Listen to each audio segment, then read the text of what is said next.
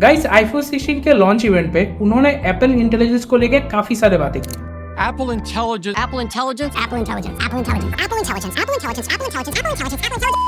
लेकिन ये वाला फीचर आपको आईफोन 16 में अभी मिलेगा ही नहीं। अरे बाप रे, ये तो धोती खोल रहा है। बेसिकली ये फीचर एक अपडेट के थ्रू आने वाला है, वो भी अगले महीने, और वो भी यूएस इंग्लिश में, ना ही इंग्लिश इंडिया और ना ही हिंदी में। वो तो शायद 2 साल बाद आने वाला है। चीटिंग करता है तो उन चीजों के बारे में बात करते हैं जो आपको अभी आईफोन 16 में मिलने वाला है। अब आप टेक्स्ट को अलग अलग टोन्स में चेंज कर सकते हो यूजिंग राइटिंग टूल।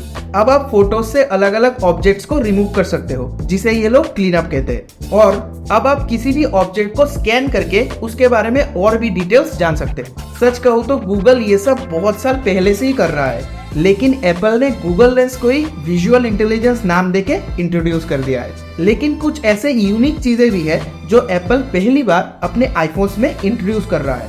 पहले तो ये ऑन स्क्रीन चीजों को पढ़ सकता है।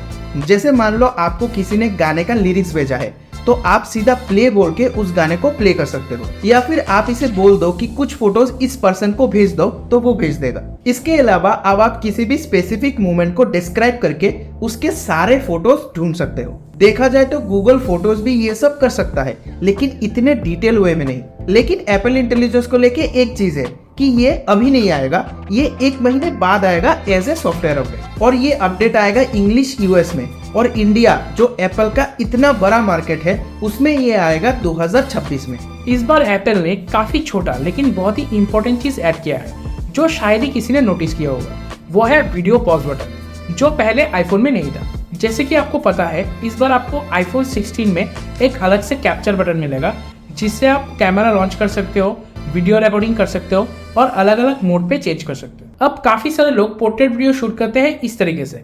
अब अगर मुझे कैप्चर बटन को यूज करना पड़ा तो मुझे इस तरीके से स्लाइड करके नीचे आना पड़ेगा, जो उतना ज़्यादा कंफर्टेबल भी नहीं है।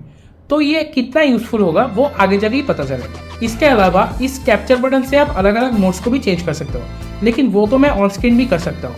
तो मेरे ख्याल से ये उतना यूजफुल नहीं होगा जितना एप्पल ने बताया।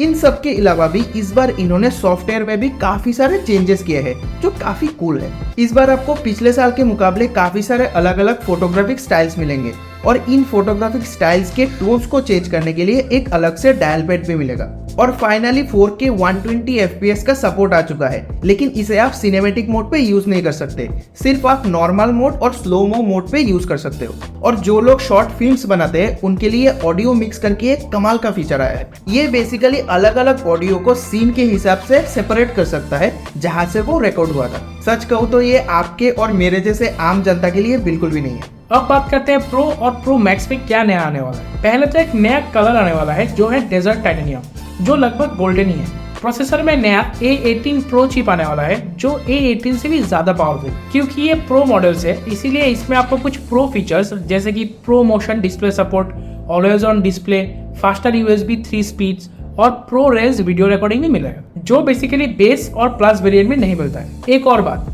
प्रो और प्रो मैक्स का साइज पिछले साल के मुकाबले 0.2 इंच इंक्रीज हो गया है, इसीलिए इसे खरीदने से पहले एक बार हाथ में लेकर जरूर ट्राई करना। लेकिन प्रो मॉडल्स में कुछ एक्साइटिंग चीजें आने वाला है, जिसमें से पहला है 48 मेगापिक्सल का फ्यूजन कैमरा, दूसरा है अल्ट्रा वाइड कैमरा अब 48 मेगापिक्सल का हो गया है, और तीसरा इस बार आपको आईफोन 16 प्रो में 5x टेलीफोटो लेंस मिलेगा, जो पहले सिर्फ प्रो मैक्स में था। अब बात करते हैं कुछ ऐसी चीजों के बारे में जो स्पेसिफिकली आईफोन 16 बेस और प्लस में है, और कुछ ऐसी चीजें जो आईफोन 16 प्रो और प्रो मैक्स में है। पहले तो आईफोन 16 बेस और प्लस का कैमरा मॉड्यूल चेंज हो चुका है। अब ये डिजाइन नया है या पुराना वो आपके ऊपर है। नया A18 चिप आया है, जो आईफोन 15 के प्रोसेसर से 30% फास्टर है। नया 48 मेगापिक्सल का कैमरा आया है, जिससे आप 12, 24 और 48 मेगापिक्सल का फुल रेजोल्यूशन वाला फोटो कैप्चर कर सकते हो। इसमें ऑप्टिकल जूम नहीं है, लेकिन इस मेन कैमरा से आप 12 मेगापिक्सल का 2x optical zoom photos capture कर सकते हो। और साथ में है 12 मेगापिक्सल का ultra wide lens auto focus के साथ, जिससे आप मैक्रो शॉट्स भी ले सकते हो। इस बार आईफोन 16 में बैटरी कैपेसिटी इंक्रीज कर दिया गया है, लेकिन कितना इंक्रीज किया है वो नहीं बताया है। और डिस्प्ले में वही पुराना 60 हर्ट्ज वाला डिस्प्ले, जो आजकल किसी भी 15,000 वाले फोन में मिल जाता है, लेकिन इन्होंने 80,000 वाले फोन में भी वही डिस्प्ले दिया है। लॉन्च के टाइम इन्होंने ये कहा था इनका जो सिरेमिक शील्ड है वो 2x ज्यादा स्ट्रॉन्गर है बाकी किसी भी ब्रांड के मुकाबले, और अब ये कितना स्ट्रॉन्ग है वो तो फोन हाथ में आने के बाद ही पता चलेगा। अब एक्शन बटन आईफोन 16 बेस और प्लस दोनों में ही आने वाला है और अब आप इससे अलग अलग चीजें भी कर सकते हो, जैसे कि ट्रांसलेट, शेज़ैप और इसके अलावा भी अलग अलग सेटिंग्स को एक्सेस कर सकते हो। तो अब बात करते हैं ओवरऑल आईफोन 16 के बारे में। वैसे तो इसमें इस बार काफ़ी सारे नए चीज़ें आए हैं और इसका प्राइस भी लगभग सिमिलर है, तो ये एक अच्छी बात है। लेकिन प्रो और प्रो मैक्स में जो चीज़ें इंट्रोड्यूस हुआ है वो 90% लोगों को नहीं पता और ये यूज़ भी नहीं करेंगे।